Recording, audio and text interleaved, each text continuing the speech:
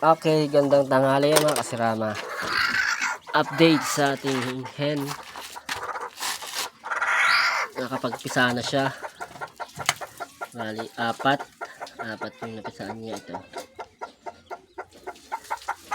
Ayun, ano. 1, 2, 3, 4. Meron pa siyang isa. Bali, F1 na to, back to father na mga lodi. Tinuloy ko lang yung project ni Sir Jerome na sa akin yung pinaalaga.